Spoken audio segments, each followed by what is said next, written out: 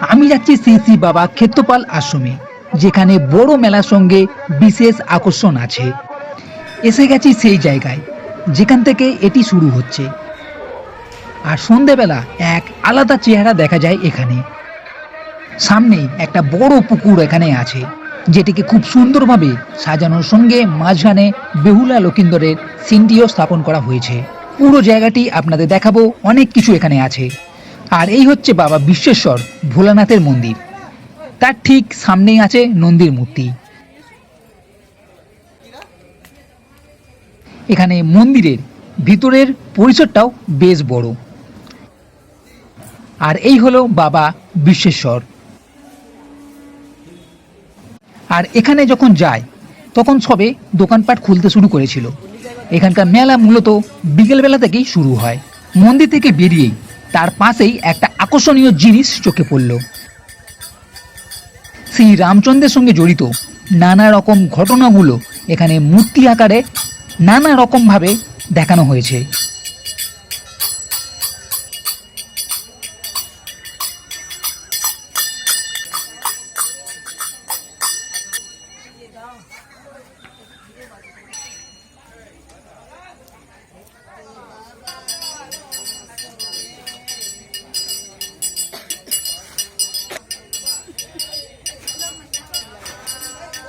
আর এখানে রাধাকৃষ্ণের একটা লীলার দৃশ্যও আছে।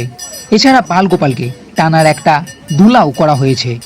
এই জায়গাটা মূলত একটা বিশাল বড় জলার কাছে হয়ে থাকে। বড় মানে খুবই বড় এলাকা। আর এখানে বাচ্চাদের মনোরঞ্জনের জন্য নানা রকম দোলনাও আছে। ও ভাই, ওই জায়গাটা দেখি। আরে এখানে আছে নানা রকম দেবতাদের মূর্তি।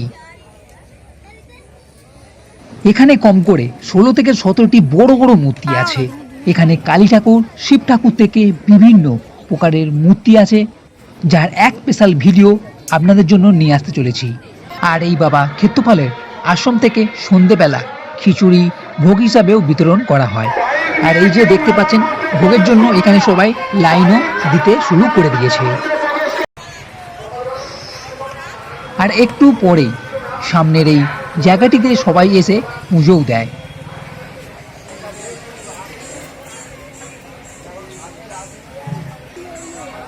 কারোর কারোর আবার মান্না তো থাকে। পুরো জায়গাটা পরিবেশের খুবই কাছে। বড় বড় গাছ আপনাকে এক আলাদাই অনুভূতি দেবে। আর এই জায়গাটিতে প্রত্যেক দিন কীর্তন শোনানো হয়।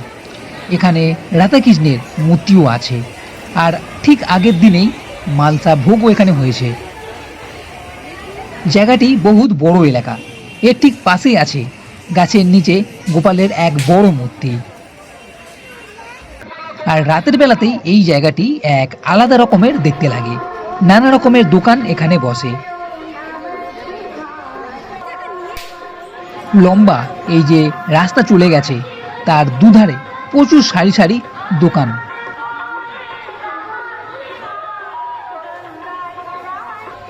জিলিপির দোকান থেকে শুরু করে নানা রকমের খেলনা, ব্যাগের দোকান, ফুলের দোকান, মানে মেলাতে যে সব হয় সবই এখানে আছে।